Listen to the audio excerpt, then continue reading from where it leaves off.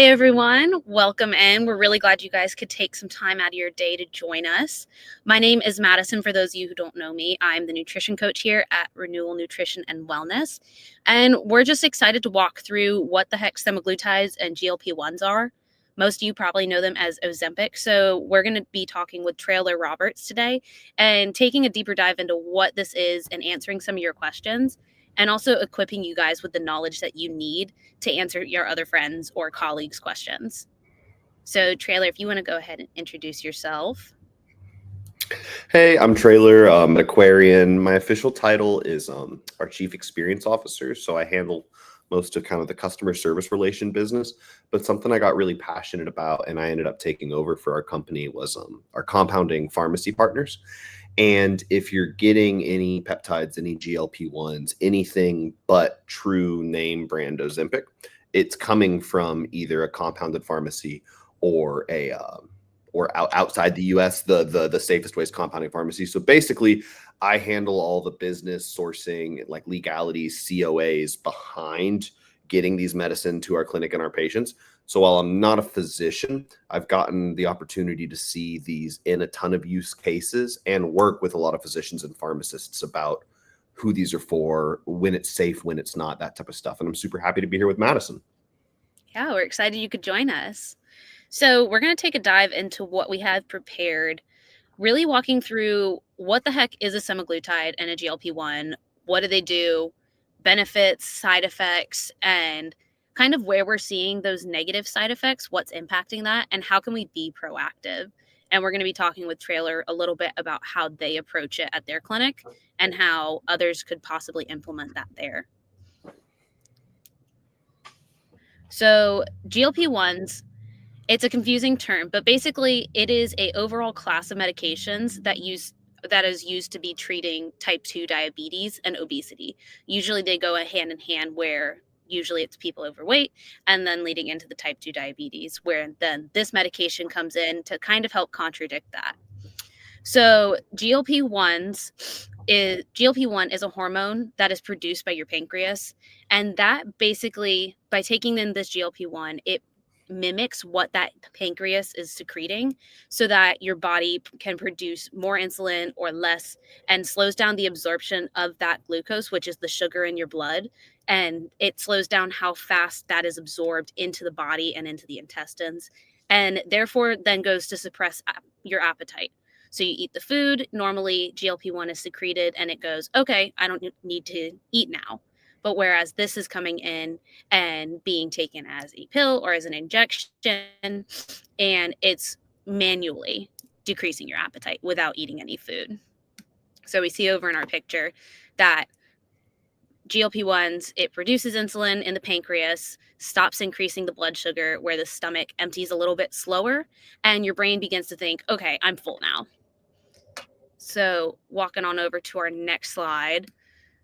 This is a breakdown of what we're going to see with GLP-1s. There's a lot of different kinds of medications with this, where you're seeing a lot of people talk about Ozempic or Mounjaro predominantly, but this is kind of just an overall image that all of these different terminologies and medications that you're seeing are all encompassing underneath a GLP-1. So going on to our next slide, we're looking at some of the benefits. The biggest benefit that people are seeing for this is quick weight loss, where you're taking in this medication, you're not having as much of an appetite, and you see that weight begin to come off because you're not eating as much and your body's kind of adapting to that. And with that weight loss, we're seeing a little bit more blood sugar control, where we're having the GLP-1s being secreted and we're not really needing as much sugar in our body, so our body's not taking in as much. And then as well, with that weight loss, we're seeing an improvement in heart health. This is all just beginning stages benefits that we've seen. There may be more to come that we don't know yet. So we're kind of looking into that. So this is not diagnostic, but this is just what research has shown us and what evidence we've seen. Traylor, do you want to add anything to this of what you've seen? Yeah, so I mean, that's a really broad question, because if you do keep up with the research on this, it is coming out. It feels like every month they're finding a new application with really marginal side effects. the most interesting being in cessation in general. So like smoking, gambling, in addictive type issues, they're starting to see different dosages of semaglutide specifically, helping cessation, whatever it's doing to, I believe, the hypothalamus. Mhm. But what's I mean, yeah, that's why it's like it's tough to not start rambling about these medications because they're getting really broad really fast. And a Mhm. lot of like what you and I talked about with the devil's in the dosage and what you're doing alongside it and why you're taking it. So I think Mhm. I'll just kind of let you keep rolling it because once we start to get to like real use case scenarios, that's where it really starts to help to have like hands-on info. Definitely. And we can dive further into that, especially this next slide. We're going to be talking about some of the side effects and where we're like kind of what is causing those side effects. So, you and I discussed we see a lot of nausea, kind of GI discomfort, as in like stomach pains, crampings, constipation, or diarrhea. It really depends on the person. We're evidently seeing a loss of appetite because your brain's kind of thinking, okay, we don't really need as much food now that you're constantly full. And then with others, we're seeing a headache. And then in some cases, kind of like the horror stories that we've heard, we see serious side effects, which I'll have you elaborate more on, Trailer, with like the hair loss, the muscle loss, the further GI issues. So sure, an area that we both agree on, even though I'm on the more medical, less diet end technically in terms of my company, on a personal level, we have much more stringent requirements for giving someone semaglutide, especially at full dose, Mhm. because can you pull up the side effects again? So, oh, you can't see my mouse, but if you circle the first four, when Madison and me were talking, I don't consider those first four drawbacks necessarily because that's what people should understand that they're getting into when they take this drug. Unless you struggle with severe obesity and issues with thyroid regulation, severe issues with diabetes, most people experience at a minimum nausea, GI discomfort, and loss of appetite. That's just something that I say like that's part of taking the drug for weight loss, not diabetes management, is you're going to experience these things. Which is why we script Zofran or ondestrotron Mhm. alongside of it. And we kind of tell people to get their diet back on track. When you see serious side effects taking place, are when people are not being monitored on this drug or the wrong person is taking it and they didn't have the weight to lose, they didn't follow a diet plan alongside it. Mhm. Sadly, there's not a lot of regulation around getting these drugs. For instance, I don't legally have to draw your blood to prescribe it to you. I should. We do. Like my internal protocol is doing that. And we have BMI cutoffs, but none of these things legally we have to do. And that Yes. fifth category of serious side effects, most of when I've seen them, it's never been at my practice because we're doing it oversight. It's on the internet of people self Mhm. injecting, mixing it themselves, getting offline, because those serious side effects kick in when you're not letting the drug work, which I'll let you talk about, diet, exercise, all of that Mhm. type of stuff. Um, but yeah, the drawbacks are really get very serious very fast if Mhm. frankly you're slim and you're trying to take it, or if you have undiagnosed issues with your blood work and you just bought this offline and started doing it and had no idea that you have insulin resistance issues or you already have a GI problem or issues with hematocrit levels. It's just one of those things that you want.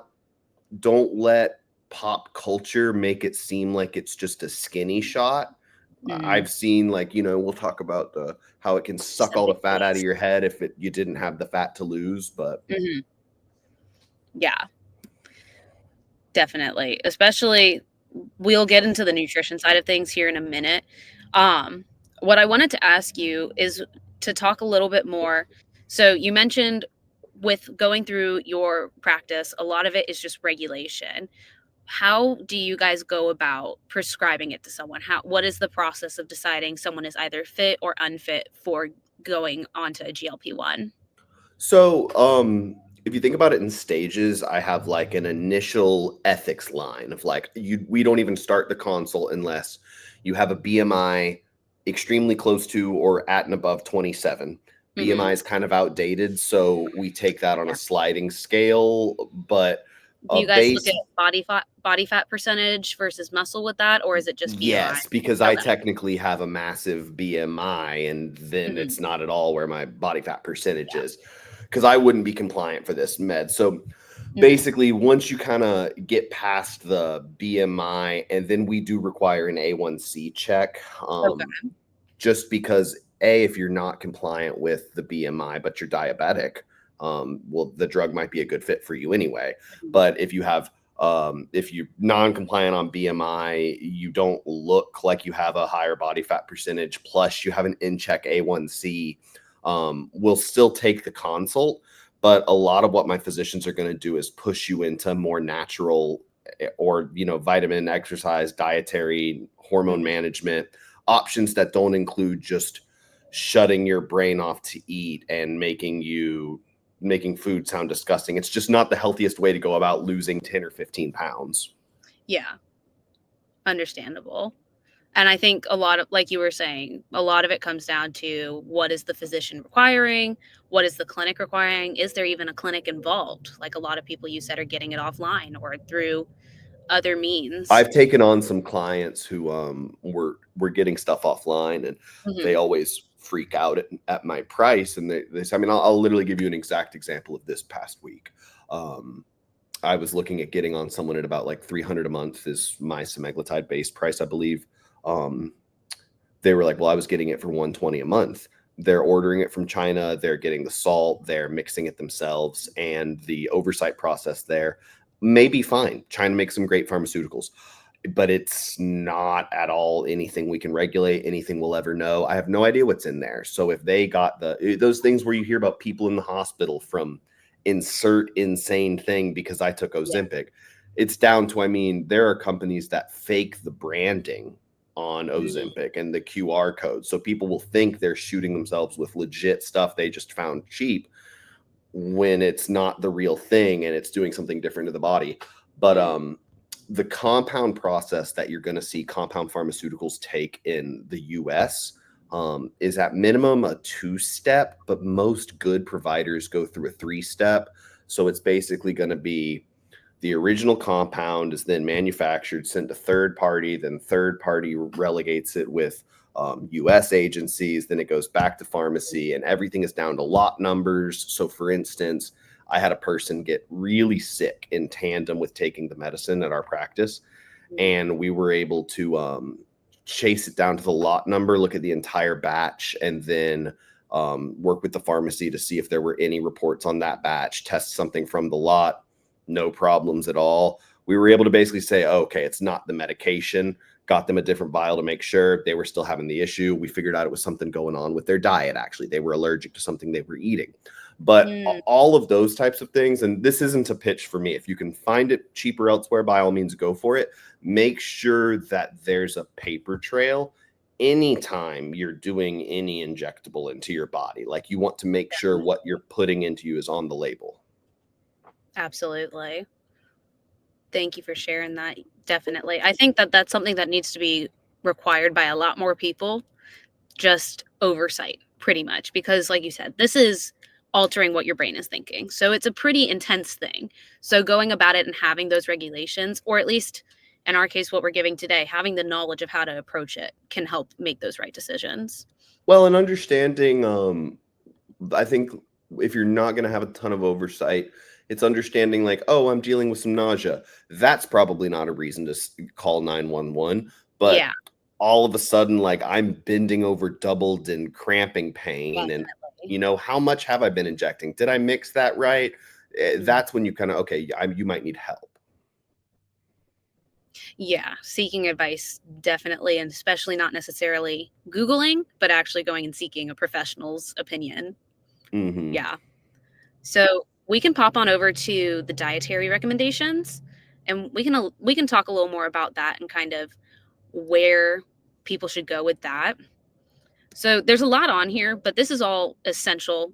I think you can agree, Trailer, for when people are going on to this GLP-1, because a lot of it comes down to what are you doing on top of it to help kind of prevent these. So the biggest thing we talked about is strength training and just resistance training in general to keep challenging those muscles.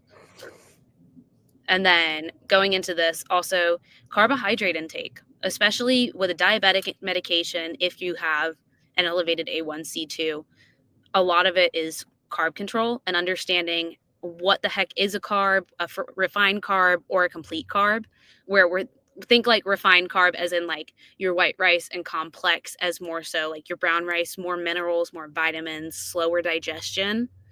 That also goes into the blood sugar that we're seeing. And then also increasing your fiber intake alongside nutrient dense and whole foods. A lot of that comes down to your vegetables.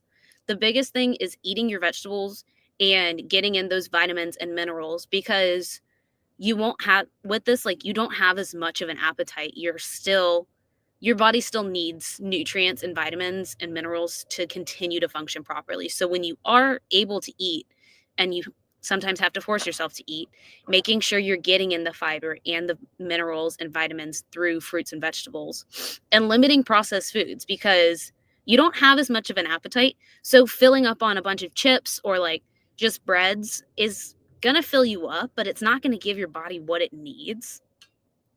And kind of going hand in hand with strength training, also protein. The current regulation, the current guideline is 0.8 grams per kilogram of body weight.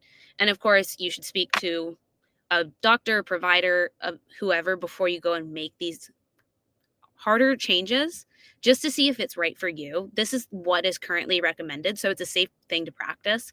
But going below it or above it, you should seek some guidance. And then looking over at our vitamins and minerals, calcium and vitamin D, you're going to see weight loss and you're going to see your bones kind of take a hit. So taking calcium and vitamin D helps that absorb into your body better. Think of like calcium and vitamin D when they're in your body, always holding hands. They always need to be together to go into the body. And the same with B12 and C. Those are also really helpful for preventing these vitamin deficiencies. And Traylor, if you want to comment on any of this, feel free to pop in. Well, I mean, my only comment would be that I pretty much agree in entirety. And to kind of piggyback off of um, my personal experience, both with weight loss, fitness, and my experience seeing people on these drugs, from like microdose skinny people who shouldn't be taking them Mhm. to obese ultra success stories. I've got friends through the practice who have lost 120 pounds and they're living their best life now. And if anything, like, I tell everyone that diet and exercise are infinitely more important in your weight loss journey than anything else. All of this other stuff is polish, unless you are truly obese or truly diabetic. Yes. Though if you are if you suffer from true obesity, or like have like real diagnosed, documented diabetes, the side effects from these medications are negligible compared to what you're currently dealing with. But the instant we start looking at these as an Absolutely. off-label weight, sorry, you're lagging a little bit. The instant we look at these as an off-label use for weight loss, it should be within a diet and exercise program, especially on dieting, because you're gonna lose lean mass. Mhm. Everyone I've seen do this loses lean mass. So where do you see it not be a problem? In a truly Mhm. obese patient with almost no muscle mass to begin with, who is doing this in tandem with trying to do positive exercise and life change, they're going to be creating muscle while they're burning fat. This isn't going to happen to them. But when you look at a lot of middle-aged women, especially, who typically don't eat protein-rich diets, they may not Mhm. be crazy active. You can really mess around and kind of start wasting away. So Yeah. staying on top of your diet and the entire chart you were on, and also going into this medication thinking of it as a cycle, not a lifestyle. Like, unless you're obese or diabetic, you should be thinking like, okay, I want to lose 40 pounds. Maybe I'm going to run this Mhm. 3 months, get my leg up on it, and use this to help rewire my brain with renewal. So then my diet and exercise program can help me stay in the shape that I want to be Mhm. in. That's really, anytime we do a consult, I don't want you to be with me for life on semaglutide. Yeah. Um, I would love for you to be with me for life because you care about your health and you want to do blood work and that type of stuff. But we don't know the long-term effects of these drugs on non-diabetic patient populaces. Yes. Um, then I think back to drugs like prednisone that used to be marketed as miracle drugs. Mhm. And now you see people having deteriorating discs and all sorts of stuff because they were on a miracle steroid. We have no idea in 20 years what, and I mean, it's looking very good. It's looking like drug does not cause harm unless you're overtaking it, taking the wrong stuff. Yeah. But also if you're budget conscious, this is something that Madison and I talked about a lot too. Like these drugs are price prohibitive, Mhm. and it is frankly way cheaper to have a Planet Fitness membership and shop Aldi and transform your body in 6 months. It's a hell of a lot harder, but I also just think you're going to be happier with your physique, and you're not going to have bounce back weight. There's no such thing as Yeah, permanent weight loss unless you keep going to the gym, keep eating right. definitely. And I have a lot of people come back to me to restart the drug because they were doing great while they were on it, but they didn't build those habits. They didn't work with the team. And it's really hard to Mhm. get people to do the hard work. That's what I was talking with Madison about. But where you see the life change in my obese patients who are now within a compliant BMI, they still eat sweets every now and again, but they change their Mhm. framework around food and activity and their lifestyle. Yeah. Definitely. That's the biggest change we see with a lot of people is just changing their perspective on what needs to change. Because we talked about it a little bit. There's so many crash diets where it's like, I can't eat this, I can't eat that, I can't eat that. But it's just like those little changes that you can keep for your life that you become the cool grandma that's fit and playing pickleball versus somebody who's in hospice, unfortunately. And like you were saying, the longevity and trying to like implement these strategies while they're on it as like a kickstart, and then keeping those healthy strategies like your protein, your strength exercising, your vitamins and minerals to keep that effect going later on. And like you You're said, also it's gonna life. feel way better if you Hmm. like work with, because like I recommend everyone who's starting weight loss to get with either y'all or someone like y'all, because I know my dad's a perfect example of someone who took semaglutide and didn't change his diet at all. Hmm. Very active, but he's like, I ate a slice of pizza and I was sick everywhere. I've seen a lot of complaints, and it's like, well, you're not supposed to Yeah. eat garbage food while you're on this drug. It's gonna quite literally eject. So there's a lot of education that I'm not sure other practices are doing. And also, like, Hmm. people are selling this as a miracle drug. And like, no, it's like, it's a decision you have to make. You shouldn't drink alcohol while you're on it. You're probably not going to want any greasy foods. It's going to kind of force you to do like an 80-20 whole food diet Yeah, that, Madison and the team can set up, and you're going to feel so much better on that diet. You can go off the med and still feel way better staying on that diet. absolutely. That helps a ton, especially because if you think about it, if you're making the decision to go on a GLP-1, it is an upfront cost.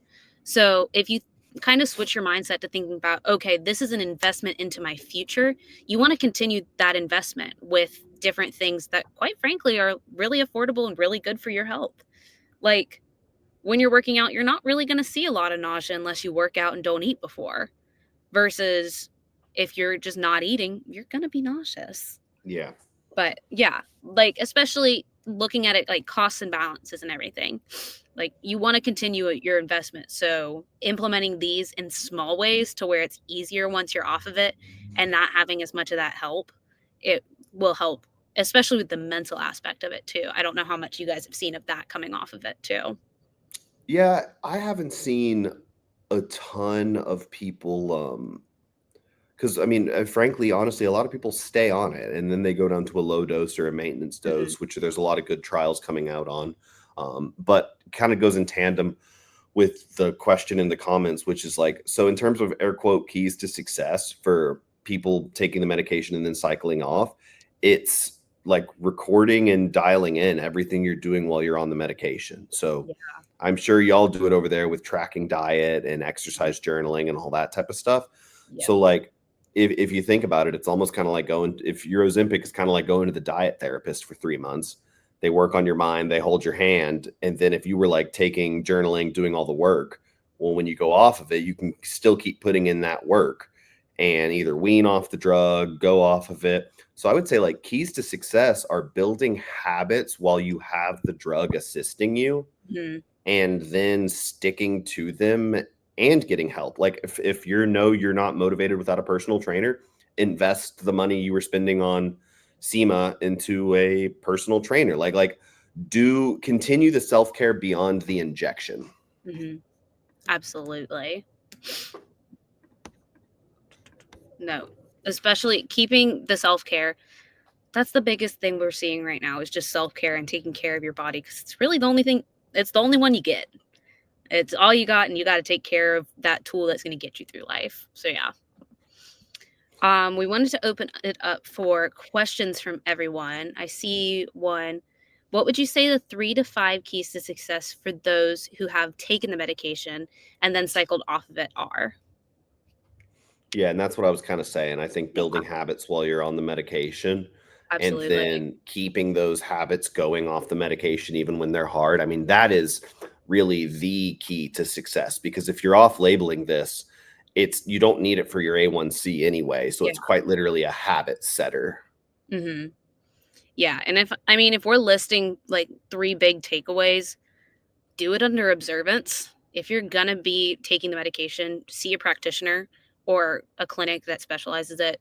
To exercise, you got to put some kind of fitness in to put positive stress on your body to keep those muscles stressed in a good way to where you're building them, and also eating the protein that you need. Protein is what's going to build those muscles, and it's going to help also with when you're hungry, keeping you full. And 4, vegetables. So yeah, provider, exercise, protein, vegetables. Those are your 3 biggest things. And adding that in while you're on the medication to get that kickstart will only help when you like taper down or if some people come off of it. Yeah. So, what are the largest potential negative impacts to health that we've seen? I think. Yeah, we talked about it a big bit at the beginning, but a lot of it centers around the differences in like quality of medication. So like Mhm. if you're not getting base compound formula and you're getting like a salt variant of it, that then basically anything you're buying offline and then mixing yourself with like a baristatic or saline solution, that's going to be a salt replicant of it. That's not going to be compounded. And all of the trials that were done on this medication, right? Everything that to make sure it's safe and everything, it was done off base compounds, not the salt. Mhm. So if you're finding cheap product, it is just that. It's cheap product. Doesn't mean Yeah. it won't work for you. Works for plenty of people. But everything I've been able to figure out that's a horror story off of it was someone getting something that wasn't real or a copy product. Mhm. I have seen very few cases of name brand or compound causing those issues. Not to say they don't cause issues, they do.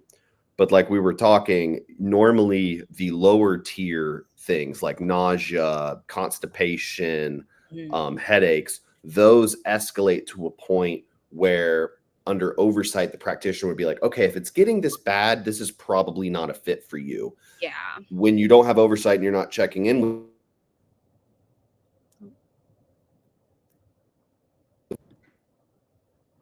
me, We can hear you now.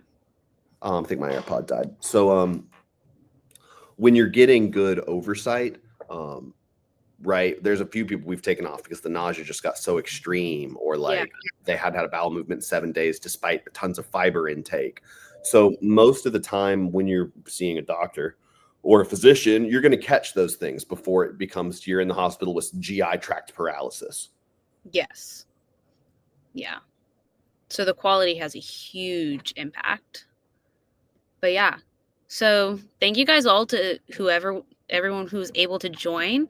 Traylor especially, thank you for hopping on and talking more about this. I think this is a topic that is really new right now that not a lot of people know a ton about. So the more information we're able to put out there, the better. Yeah, and it's not going anywhere. Medical Yeah. weight loss is here to stay. So hopefully people will get interested in diet and fitness too. Yeah. We're hoping. But yeah, thank you all for joining us today. Bye, y'all.